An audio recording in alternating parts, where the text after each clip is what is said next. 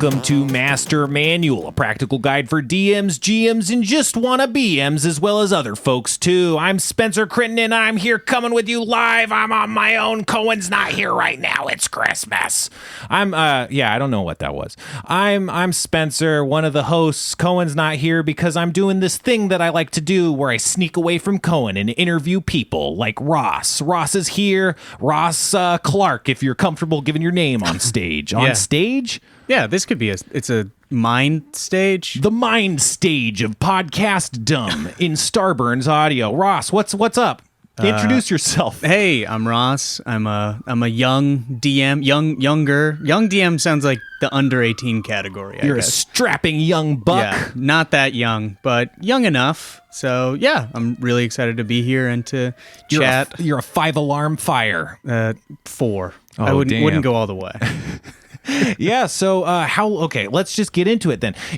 Are you a dungeon master? Yeah. I've only played as a character probably for 2 sessions. Okay. And every other time I've been DMing. And how long have you DM'd for? I started in college, so I've probably been DMing for 3 or 4 years at this point, on and off. Yeah. Okay. So what, do you just play D&D? Have you played any other systems? The first thing I ever DM'd was actually a session of Call of Cthulhu. Oh, great. Which was really fun, but also really hard. And it's a lot.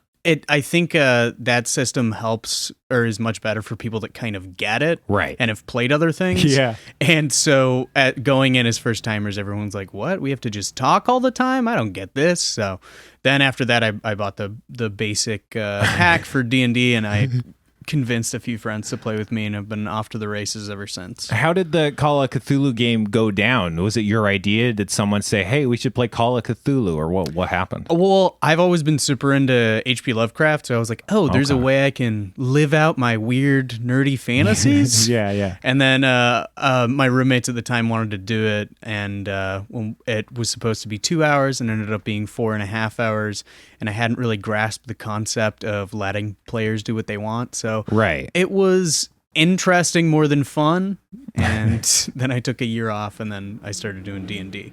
Okay, so what do you like in terms of H.P. Lovecraft? Do you have any favorites? Any hot picks? Color Out of Space is probably the best one. I just love like the view of like people aren't important. Mm-hmm. It's just kind of like the universe is a machine that's working, and you're like a piece of dust in that machine that just happens to be alive and awake and stuff. So that stuff's always fun.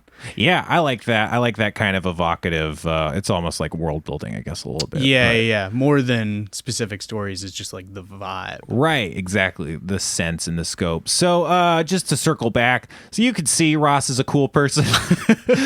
We work together in a somewhat professional capacity. Well, maybe professional is putting it a bit kindly for Starburns, huh? But we work side by side at Starburns Industries in beautiful Burbank, the city that inspired The Simpsons.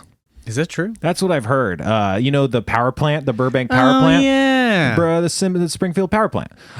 Nuclear power plant. I don't know if it's true. I know that the clouds sometimes look similar to the Simpsons clouds, and that to me is the strongest evidence that anyone could have. But yeah, we work together, and he's one of the few people that I've known that actually DM. There's a couple people who have been all like, oh yeah, I played D&D a couple times around the office, but Ross is the only one who's like, oh yeah, I'm a big time DM. He's constantly going around telling people he's a big time DM. I leave them little notes that say, yo, I DM, with a picture of my face. He corners people in the office.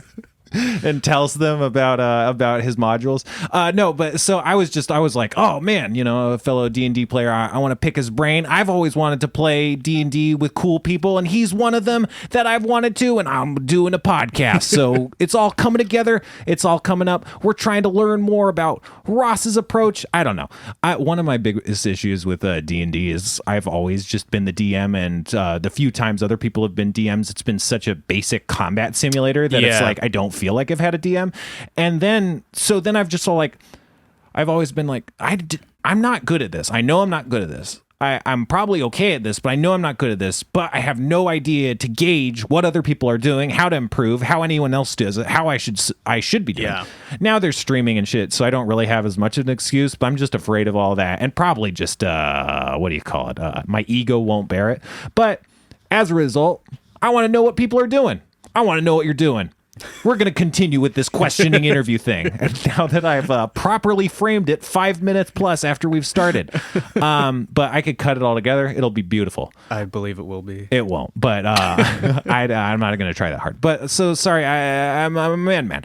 But 3 to 4 years ago, what was your first D&D campaign, though? You said you got a starter set, or how did that come together? I did the Lost Mines of Phandelver, Okay. so we went through from that. And I mean, I think the thing about realizing you're a DM is being like, oh, I'm way more into this than other people are. Right. So our whole friend group was kind of like, oh, yeah, this would be a fun thing to try. And then I was the one that was like, okay, well, I'll pay the $20 and you can do it at my place, and I'll like read all the rules and stuff. Yeah, I mean that is a good point. Like usually the person who wants to play the most ends up the DM because the DM has to put in the most effort. So if you want to start a group and no one else does, that usually means you're going to be the DM. Yeah. It's a blessing and a curse, definitely. Yeah, I don't love it, but then I don't love letting other people DM either, so I don't know.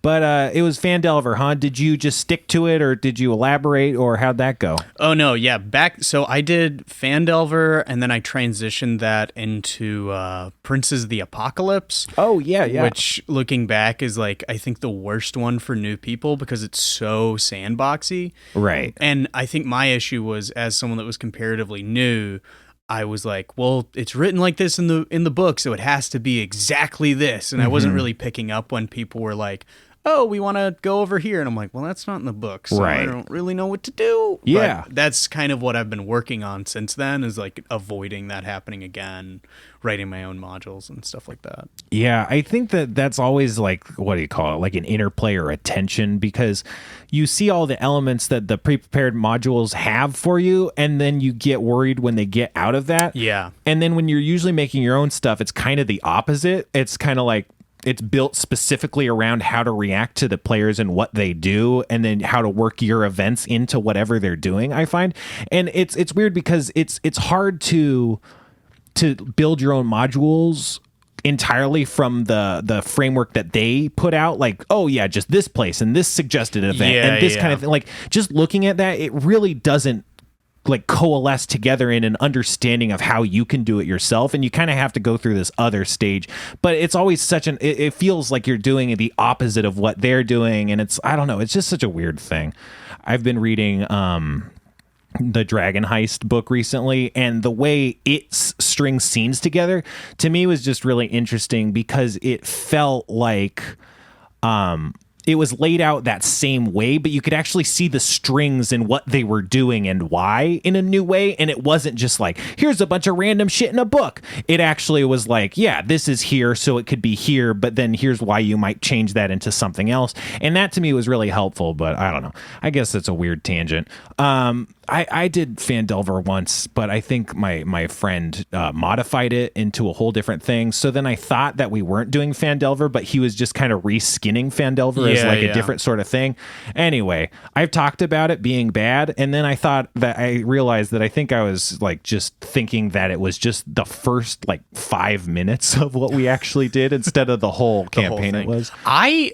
My hot take on it is I actually do think it's kind of bad. At least the very first thing is like this. Oh, let's have a fight with more people than you're comfortable with. Like, it's like 2 combat sessions back to back, very little role play, and then it's basically set up to have one of your players downed or killed like right at the start without a brand new DM like fudging dice rolls, which is like, I think right when I started, I was very idealistic, being like, well, you know, we're all mature adults, and I'm just going to let the game decide. Right, yeah. And then very quickly, I was like, oh, people hate that, and I also hate that. It's better if you sort of lean on it a little bit. Right. So that brings up a question. How do you handle fudging dice, and what do you do? I always find I usually turn things. I said this the other day. I guess I turn things into successes, mainly because a lot of times everyone just rolls bad, and it's like, well, this is stupid. We're just wasting minutes failing rolls over and over. And so a lot of times, if someone has a cool idea and it fails, they'll just be like, yeah, that works. It's a cool idea. And I fudge that a lot. I also pull punches a little bit, but mostly my monsters just miss their attacks all the time. Yeah. And so like I don't have to pull punches super often, but then I also am not like structuring challenge ratings super strong, so I don't know how challenged the monsters are, necessarily. But I don't know. What do you do? That's kind of the problem that I run into is like I'll be like, oh, they've been playing pretty well. I'll throw like if they're like a level 3 party, I'll throw like level 5 monsters at them and be like, oh, I fucked this up. So especially if it's spellcasters, I'll usually just be like, well, maybe they're not using their highest level spells today, just because. And because your players don't know that you have that in the holster, it's not any less scary for them. But it's like people that can just throw fireballs 4 times in a row, or like the first time they come up against someone with counterspell and just have like these crazy abilities and they just don't know how to handle it. Like, I've only played with people that have never played before I played with them. Okay. So they're new players that are learning how to play. So I'm very aware of the learning curve, where it's like, I think if you get an experienced player, they're more likely to understand what's going on, even at a low level. Whereas someone that's brand new, they don't know that counterspell is a thing until the first time it happens. And then you kind of get a knee jerk like, what? That's not fair. Like, that's bullshit. I've never seen that before. And it's like, well, I'm teaching you about it now. So it's like, I think the first time they meet like a hard enemy or something new, you have to give them a little more leeway. And also sometimes, especially with like challenge ratings, my thing is the more I've played, the more I get rid of challenge ratings for stuff like a door that if there's no time sensitive thing on it, I'm just like, yeah, you try it for a couple minutes, you eventually break it down or you eventually pick it. Because it's not fun to be like, well, you're just going to have to keep trying until you succeed. Yes. In 5e, this doesn't exist in the rules, although the way the spirit of the game is, it kind of still goes along with that. But in 3rd edition, they had taking 10 and taking 20, which is just assumed that if you had enough time to really focus on a task, you just succeed. Like, the only reason you wouldn't fail is if there's things causing you, like if you're in combat, like, and you had to pick a lock while dodging swords. That's different than like saying, okay, we have 2 days to crack this lock. Like, you could probably do it with a full set of magic and adventurous equipment, and I think that's a good way to go. It's just about like the mitigating factors. Picking your moments. Like if you're picking a lock where there's people on the other side of it, I usually, if they fail, it's like you like break it off and people hear you doing that, and then that's something interesting happening because you failed rather than just stopping your players. Yeah, because that's a lot of times the fail state is nothing happens, and that sucks. Like the fail state can instead, and in other games, is success at a cost. So you do it, but then you break your leg also. So it's like you really did fuck up, but not in the sense that nothing happened. Yeah. I think that's an interesting instinct. So you started with Phandelver. You play with new people. Does that mean you don't play with the same group consistently? Did you play with those same Phandelver people going forward, or did you split up? Or so I was with one group for a long time, for like 2.5 years in college. And so we did Phandelver, and then we did levels like 5 to, I think we got to level 9 or 10 in Princes of the Apocalypse. Sure. And then college ended and that kind of petered out. And then I've been trying out a couple groups, and I found another one like 3 or 4 months ago. So that's when I've really started writing a lot more of my own modules and taking them through a story that I want to tell rather than using a box or a book. And that has already been so much more exciting and just interesting on both ends. Right.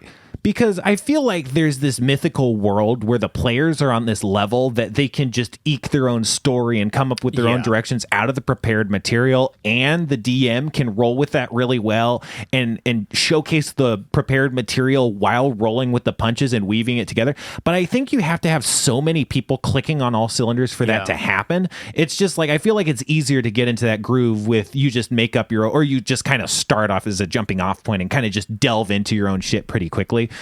Which is why I always encourage people to make their own stuff and not just use pre-prepared modules. But, obviously it's good if you don't want to do the work or if you're afraid to do it yourself. But I think you don't understand how it fits together until you start building your own stuff. Yeah, I definitely have learned a lot more from like writing my own stuff and just thinking more about why things are a certain way, like why a dungeon ecosystem is set up the way it is, where it's like we have the small stuff and then the medium stuff that's fighting the small stuff, and there's two enemies in it that are like warring against each other, and it's a lot easier to make it an interesting dungeon when you know how it goes together. Yeah, that I think gets into the DM tip of what one thing you should do is kind of get the motivations and the characters and the personalities, because once those are fleshed out, then you just follow those concepts. So if it's like, oh, it's a place where all these giant crabs live, then it's like, okay, so who eats the giant crabs, or who survives and doesn't get taken out by the giant crabs? And so then you start, and then it doesn't matter if it's all fleshed out because you have some concept, and then you bounce off what the other person's doing, and then you go, what makes sense? And then that is always, some new thing that you couldn't have necessarily planned on your own, but it becomes this cool synthesis. Anyway, so so you had that group, it was a few months ago, and you've been going on your own stuff since then? Yeah, I mean, I was doing some of it before, like writing just like, for fun, smaller things, or I just mean writing stuff, like writing my own things. But this one was the first time that I kind of sat down, and I have a story where I'm like, I want to go from level 1 to 8. I kind of know where I'm going. That's and cool. I use Forgotten Realms, like that's Great, the only realm campaign world? setting. Campaign setting. That's the only campaign setting that I'm familiar with, and I just really like it, even though some people think it's too like general or too like stereotypical. I think it's very stereotypical, but a lot of the historical elements and world building elements are so fun and evocative. Like what is the spell plague? Yeah, the spell plague stuff is cool now that it's over. Right. Because I've heard about people playing in 4 was when the spell plague was happening, and it was like a nightmare. Yeah, I remember that. 4th edition was weird, but just like the idea that it's like, oh yeah, there's all this weird magical stuff happened because the spell plague happened. Like that's just such an easy hook to sink into, and I think Forgotten Realm really has a lot of resonant concepts for that. I like the idea they had this like underdark area that was like covered in fungus or something. I thought that was cool. It was like a sentient magical fungus. I don't know. Cool concept there. But I like Eberron a lot as a campaign setting, but yeah, it can be general, but I used to not like Forgotten Realms. Ross is reacting to the light threatening to kill us all. It is terrifying. I've heard you guys talk about it, but and now you're experiencing it for yourself. Roll a will save against fear. No, I don't know. But so how would you characterize your style then? Obviously, you've been building stuff out yourself pretty recently, and you haven't you've been using a lot of modules. Do you know the style of your groups you play with? Obviously beginners. So do you have anything that you characterize your style? Anything? Well, it's funny. I think most people I play with, because it's like the 3 pillars of D&D are what? They're exploration, roleplay, and combat. Yeah, and everyone I've played with is super roleplay heavy, which is really fun because it means that I don't have to worry so much about encounters being perfect. I feel like they're giving me the sort of nod subconsciously to be okay with fudging things a bit more. Sure. And it lets me dig into like all the stuff I like, which is the lore and how things click together in like really interesting stories. Right. So I'm definitely pretty roleplay heavy in terms of like, I do a lot of mysteries where usually it'll be like the first half of a mod or an adventure is trying to figure out where the dungeon is, or like someone's stolen your stuff and you have to like do a little investigation to find out where it is. And then the second half is sort of them exploring that dungeon. But with this new group, I sort of made a rule for myself where my least favorite thing is stopping in the middle of an adventure. So I'm playing every single session as a one shot where they all string together as like a longer story, but my rule is like it has to be 4 hours long, and at the end of the 4 hours they have to be done, like out of the dungeon or dead, because I hate stopping in the middle so much. How has that affected? Is it hard to screen? Because that reminds me of Harmon Quest, where I have this story that I've paced out to be about an hour, and then when we're behind, I'm like trying to throw away rooms. And so how does that affect your actual sessions? I think it's good. I think it's helped me a lot because you got to cut out so much bloat. Right. And you got to think about what few moments are interesting. So when I do battles, I try and have a couple strong enemies that can really throw out damage to make it exciting rather than like 10 skeletons that you have to slog your way through and you know you're going to beat. It's just eating up time. Right. So it's like short, visceral encounters, memorable storytelling moments, and like fun exploration, but that doesn't drag on and on and on. Right. Yeah. That sounds cool. I find that my style is often de-emphasizing or shortening combat just because it's very boring to me. I mean, usually there comes a point where there's the turning point in combat. Usually they take out a few combatants or something happens. And then it's like, oh, yeah, they're going to lose.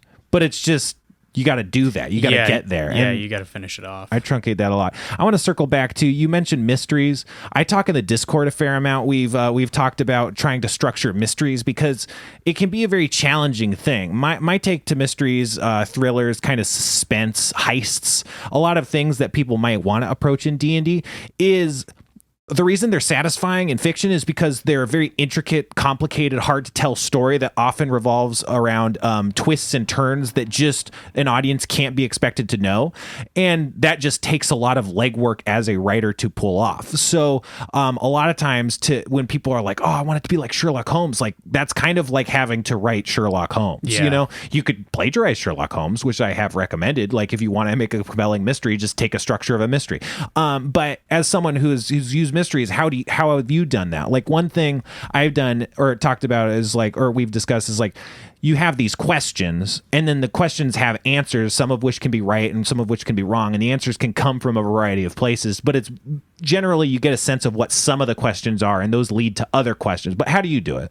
I mean, I think the biggest thing, you mentioned Sherlock Holmes, is like, I think you have to be ready to accept that your players are not as smart as you'd like them to be in a lot of times. So I find it's the same as like, I used to do a lot of riddles and I try and not do those anymore because it's like a binary, you get it or you don't thing. Yeah. And it's the same with mysteries where it's like, it has to be challenging enough that your players enjoy it and feel like they're figuring it out. But if it's too difficult, you're going to have to just like go in with a machete while you're playing and figure something out to like, give them the answers. Yeah. So my thing is like any clue you have, there should be, it's like the rule of three where it's like you have 3 times they could experience it. So if it's like a murder happened and they're trying to find a witness, you give them 3 witnesses, but then you say each of those witnesses is the only witness and it's whichever one they talk to first. Or maybe you're adventurous and you're like, it's whichever one they talk to second. Just so they feel like they're like, oh, we found this one point when you really have a lot more things going on that they never see. Yeah, because people tend to focus in on the one thing that they see and think that's the one thing that they were supposed to see, even if that's a red herring or not evidence at all, just dust on the ground. And so, the ability to shuffle things around to make the evidence fit, I think, is important. On the rule of 3, I was just like auditing my own style, and even on HarmonQuest and stuff, like things that I need to get across, I do not put 3 times. I put it once and they miss it and I'm like, how did I not expect this? And so that it's a common advice, but I just was realizing, again, thinking about mysteries and stuff, that I really smashed my face into this wall of, you really just can't expect they'll find the clue that you think is the clue to find. So that's a good point. It's tough because you can't see outside your own perspective. Right. You're like, I'm telephoning this so much, it's so obvious, and then they run right past it and you're like, fuck, I don't have any way to show this to them. Yeah, there's a mirror on the floor. Yeah. Haha. HarmonQuest references. It's great. I'm a good person. People love me. I'm going to juice that applause in post, I think. No, I don't know. So do you think you have any weaknesses? I think for my weaknesses, I don't think I'm super good at engaging on role-playing. And I think if my players were dedicated to really exploring the world building, I think I wouldn't be able to keep up. So I think those are my weaknesses. Yeah, I mean, I definitely suffer from like, I have trouble with like not having material. So whenever even now that I'm writing my own stuff, I'll write like the descriptions of rooms that I know have nothing in them. It's just like I put it in to be like, oh, there's something else here. It's a little like lounge area. I have to write that because I'm like, what if I can't come up with something and they think it's stupid, even though I know 1, I'll be able to come up with something, and 2, even if I fuck it up, it's not an important place, so it won't matter. So we kind of talked about that before, where like I'll have a big stack of material that I've written and not even look at most of it, because once I have that safety net, I'm better at it. I'm getting better where I'm trying to just turn these multi-page things into just bullet points, like little things that force me to be like, okay, I know it has this, this, and this, and I can go from there rather than locking myself in a prison of like description. Yeah, we talked before that you did a lot of prep work. So do you want to talk about your prep work? I think you mentioned that you kind of just essentially copy the module structure from the book. That's the amount of detail you do, which I think is what people start off kind of trying to emulate. But I know for me, I strip it down so much just because it's like, I can't. And usually it's like the first 3 rooms will be like yeah and then the last one it's like hammer, wall, brick, and then like it's great. And so like I don't know, but how do you structure everything? Just like locations? Do you draw maps? How does that work? Oh, I'm a big map guy. I use Roll20 every single time. And I either buy maps or I draw my own, or there's great resources on like Reddit and stuff for free maps. Right. Do you draw them using the app tools, or do you draw them on paper and put pictures into the app? I draw them using the app tools because I like having it just a little more detailed, where it's like the floor will have a texture and I can put in a few like shapes and stuff, and I can't draw for anything. So that's way easier. But something about the map, I feel, especially with new players, where in combat they haven't kind of clicked, where it's like, like we're all kind of fudging stuff a little bit to have fun. And it's like, well, I thought it was 25 feet away and not 30 feet away. It's good to have that like in front of them, just to be like, here you go, this is exactly what it looks like, we're all on the same page. And that's another big safety net for me, is like I've done theater of the mind a few times, but I'm really bad at like remembering things that I say. So like characters' names that I make up, I always forget them. I try and do voices sometimes, will always forget it when they come back to get their shit at the end of the adventure. And that's the stuff that you think is small and not important, always the stuff the players call you on. It's the players can never remember what they're supposed to be doing, but they will fucking remember if they're like, he didn't sound like that before, and it's like, okay, thank you very much. Right, is the verisimilitude more than anything else. Yeah. I know what you mean. I'm bad at that stuff too, especially voices. On Harmon Quest, the first season of Harmon Quest, every character I did, I practiced a specific voice. Not a single, I think Vortheon had a voice for one line. Like no one had, I think the other guy might have had a voice for most of his existence, but like no one had voices, and I felt so bad at the end. It's just like, because I put the thought into it, being like, oh yeah, this should be dynamic because it's like you're acting, but I never, I don't know, maybe I should take an improv class. Everyone does characters and improv, but I never do characters, and all my NPCs are usually just like me, just like, hey, what? Fuck off, just kind of like gruff, kind of tired people usually. But I think that's not necessarily a good thing. But okay, so how much time do you spend preparing? So probably a lot. Yeah, we play like once every 2 weeks, or try to at least. And I've got it down. I probably, all in all, from like looking for an adventure or writing my own to like sitting at the table being ready, is probably like 5 to 8 hours of prep. Because I got to do the maps, which is a couple hours. I got to do all the monster stats. And then if I'm writing it, I got to come up with all the ideas. Or if I found a one shot I can build into my story and adapt, I have to like read through it, see what changes I have to make. And I just like really knowing the material, so I'm not worried. Right. Yeah, I'm going to run a Dragon Heist module pretty soon. I guess when this comes out, it'll all be ran. But I'm just really worried about not being able to flip to the right page, and I want to just copy into my own handwriting like every piece of the book, just so like I know where it is, instead of like having to search through where they put it, which is just a weird thing. But to me, that's being able to turn around results fast is like my main focus as a DM. So that's really important to me, is trying to be able to have it all accessible at hand. You talked about that you played with beginner players a lot, and I do that as well. I find that it kind of changes the sensibilities you bring to the table, because you can't hit classic D&D tropes. They don't necessarily know what a beholder is. Like you can't just be all like, it's a rust monster, and it strikes fear into their hearts.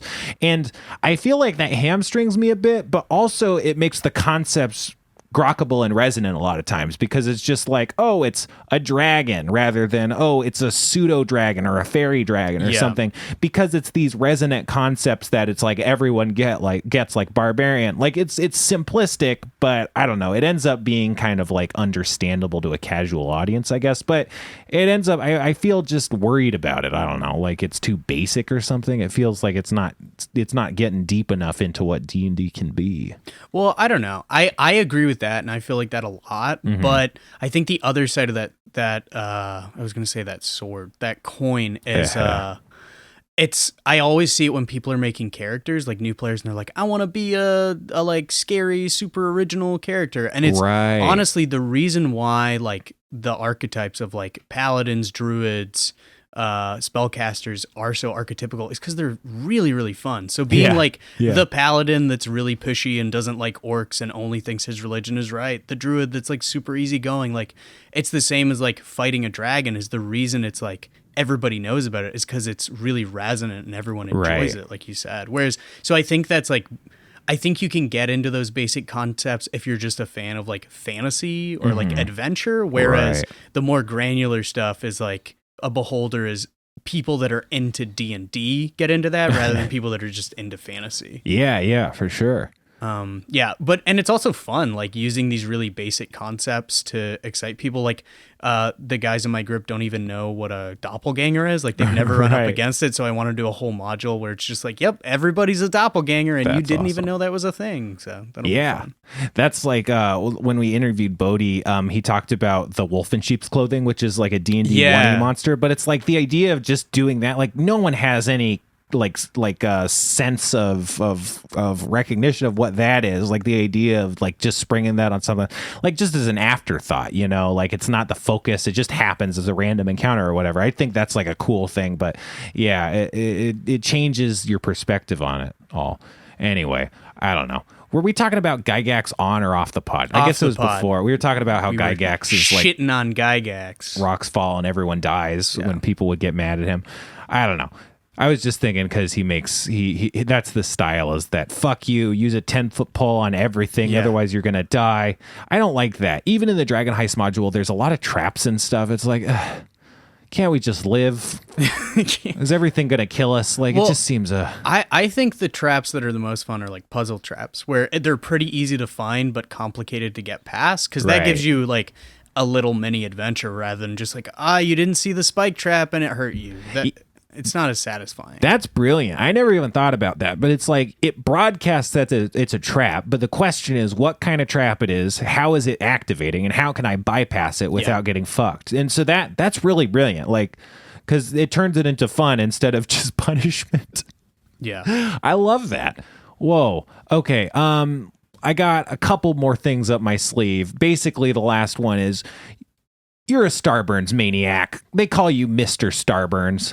They call you Starburns himself. And you even played the Starburns from the TV show Community. Is that correct? Yeah. So you're a Starburns company man is what I'm trying to say. And you recently played a game with some people from Starburns? I did. Is that true? Do you want to talk about that at all? Yeah. It was really fun. I played with a couple of the creative directors, two of the founders, and the building manager. I don't know if I should say their names or Let's just say their names. I'll say their first name. So yeah. Simon, Duke, James, and Brian. Right. Which it was really, really fun because all of them had played like maybe one time like 20 years ago. Right. Like two of them, their older sister had run them through one game, and James had played like advanced D&D. He's like, I used to play that. So it was really fun taking them through like 5e because it's so much more simple compared to that. We did Potent Brew, which is a really popular one from the same guy that did the Wild Sheep Chase.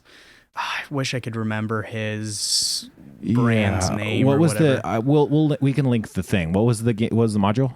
Potent Brew. Potent Brew. Okay, great. It's super simple. It's the one that I think is really good for first level players, where it's just like you're at a tavern and then someone's like, a brewery guy needs help, and then you go. It's kill the rats, but then they go through a hole in the wall and it's like the ruin of a wizard's tower, and there's like a puzzle trap, a red herring room, and then the final room has like a fire spider, and at the end it's like, and they were drinking all these like potions of enlargement, and that's why they were big. So it's like a little mystery that gets resolved. I fucking love potion mishaps being the inspiration for a dungeon. It could go in a billion different directions. It's all fucking awesome. That stuff's great. So that's what you did? Yeah, we did that, and it was super fun. Everybody, I think, picked up on it in a different way, but it was weird because I've only played with people that are around my age, so like early 20s, and them being a little bit older, it was fun how much more willing they were to like try stuff and be zany, and it's not that they didn't care, but they were like having a lot more fun with it than I feel like the other people I've played with right when they start. They're like really trying to get every single thing down and not willing to experiment too much. Right. Which is a safe way to play, but it's not the most fun way to play. It's the willingness. We understand it's a game on some terms, and it's like, oh, I don't want to do the game wrong. And it's like, well, doing the game, like treating it like a game is kind of one of the only ways to do it as a game wrong, because it's like, it's not quite that. I mean, there's game elements, but it's like the game balance is largely dictated by a very biased referee, essentially. You know, so it's like, what are we doing? Anyway, like, so were there any highlights or anything? Any crazy shit that happened? It just went well? It went well, but especially just watching, like, I really like the puzzle in it because it's really simple, but it gets you really into, like, sort of the D&D way of thinking, and it's satisfying. It's basically like it's a mosaic and there's a poem, and you have to figure out that the poem 4 stanzas have to do with the 4 panels of the mosaic and like where to stand on it. That's awesome. But it's really fun to like watch the gears turn, and it's like they have a couple wrong ideas and someone gets hurt trying to cross it, and then when they figure it out and that clicks and everyone like is cheering. That was the other thing, is the first time they like killed a rat, all 4 of them cheered. And that was so fun, where it's like, oh, you guys are really enjoying this combat, whereas usually I'm used to playing it and my guys are like, oh, okay, let's get this over with. So it's fun just seeing how different people react to the same sort of stuff. Yeah, I like playing Magic with beginners for similar reasons, because it's not just about playing the game as hard as you can, and it's just about enjoying what's happening in the moment. Well, okay, so I don't, do you have any last thoughts before we move into a final segment? That's a big podium to be put on. I know. I don't think I have like a big... Any political hot takes? Oh, that's all I've got in the bag. But I have a whole podcast of just that. You're a Zionist, right? Yeah. Yes. On the record, yes. Right. So, no, I don't know. I'm just trying to think of any last minute questions. I'm not good at interviewing. I've never done very many interviews. I'm bad at podcasting. This is a bad podcast. It's a bad concept for a podcast. This is a great podcast. No. And I'm not doing it for that reason. I'm just trying to think of any last lingering thoughts. Okay. Here's one. Do you think that like the popularity of kind of how you were talking earlier about D&D streamers and like D&D table play listening podcasts, do you think that's like increased the stakes for DMs or like the level that you aspire to be? Because I definitely feel that way.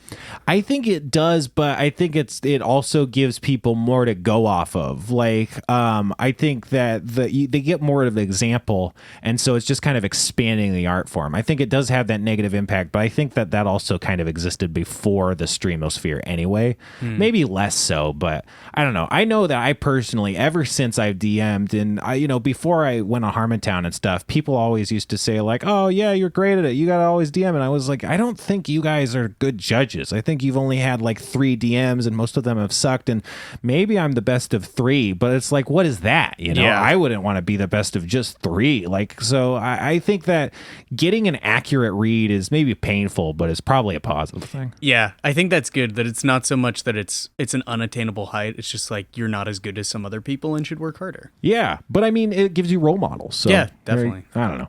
Anyway, you want to crack into some Amlimals? Yes, Amlimals. Alternate monster lore, the segment where we come up with a different thing for a monster to be. I don't know. Do you have any ideas for some monsters? We could brainstorm a monster. Well, I talked about doppelgangers earlier, but they're tough because they're just kind of everything. So in D&D, doppelgangers are generally outsiders. They come from a different plane of existence, like the ethereal plane or the astral plane or some shit. They look like aliens, like greys, when they're not disguised, and they have weird reasons to exist, and so they usually here for some subtle, strange purposes that don't always make sense, but like maybe they want to attain power or get a magical item, but they're weirdos. I don't know. Do you want to do that? I wasn't committing to that. I just wanted to spell out what D&D doppelgangers are. I mean, I feel like that one's good because I think it's hard. It is hard. Yeah, let's hit it. Okay. So what you have any ideas of what you want to change? Well, obviously their most unique thing is like they can change whenever they want to be whatever they want. Mm-hmm. So I feel like some sort of limit on that would be fun. Like maybe if they have like this is a bad pitch, but like, no, get it. If they have like strong emotions, they have to leave their form, or they can only be in their form if they have strong emotions or something. Right. Okay. So, yeah. So that's like they kind of they're like that feels like a doppelganger that's less in control of their shape changing, but maybe has a stronger form of shape changing. So it's kind of just a natural extension of who they are, and they have to like focus and commit to like yoga and stuff and be calm to be able to take their useful forms, because their natural existence is kind of is ephemeral and it changes all the time. Yeah. So they might kind of look doppelgangery, but then their arm might get bigger, small, and they're just kind of they're fluid, flowy, unless they're focused on maintaining a form. So when they're doppelganging, they will pass as whatever they're disguised as, but that's only the extension of a lot of effort and willpower, maybe. And so if they step on like a nail or something while that happens, they turn into like a giant rage monster for a second. Yeah, and then like their features all spike out like weird. Yeah, they get all fucked up. Changelings in the new Eberron have this thing where as a reaction they can make their face get all weird like that, and it'll impose disadvantage on an incoming attack. The idea is their face kind of changes to a horrific, like surprises you. Yeah, so it's kind of like that, but accidental. If they lose, but that kind of vibe. The idea that's like it's like this flash of a change, and it's like holy shit, and then they're monsters. Where do they come from? That feels like dreamy, like maybe they come from the far realms or like the world of dreams or something psychic-y almost. They're like a really powerful like dragon or wizard's dream that's like coalesced into like its own thing, like a dream that became aware. Mm-hmm. Yeah. So like what do you think, a dragon or a wizard or even something else? Because any of those are good. It could be like an old one's dream, you know? Yeah, that would maybe be that's cool. too much. Well, but that would, I feel like a concept you can understand is too simple for that. Right, yeah. That's one thing I don't know very much about Lovecraft. Obviously the unknowability, but isn't it hard to stat unknowability in terms that you have to define materially? Yeah, it's like a stat block for Cthulhu is like the two things that don't go together. Right. Yeah, so what, dragon then? Yeah. Like a dragon dream? Yeah, maybe they all come from the same dragon, and it's like a huge dragon, a dream dragon. Like an ancient wormling pearl dragon. I don't know if pearl dragon's a thing, but this one is, and pearl dragon is like, it sleeps, but its like astral form is awake while it sleeps, so it kind of fights as an astral dragon in its horde. But because it's so like psychically attuned, it has these dreams that become like Dreamgonborn. Dreamgonborn. That's perfect. And those are these doppelgangers. They aren't, you know, maybe they aren't draconic in visage, but generally they're these emotional kind of capricious. They have arcane draconic sensibilities, maybe, you know, pride and secrets, and they like treasure for weird reasons, or who knows, but they have these arcane dreamlike urges and instincts. I don't know. Maybe there's different colors of them that have different something. That seems maybe too far. Well, I like that though. Like it's basically like an astral dragon that it comes from. So you could have like they're like the Dreamgonborns, but then there's also Dragobolds as well that just live in the astral plane and are like appeasing these dream dragons. Right. Yeah.